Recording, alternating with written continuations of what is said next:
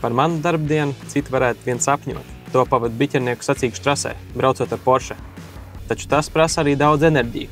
Tāpēc man ir īpaši svarīgi tas, ka varu atsmirklī nokļūt mājās tepat pāri ielai projektā Pilar Mežciema mājas, kur varu mierā atpūsties no ikdienas trokšņiem un steigas.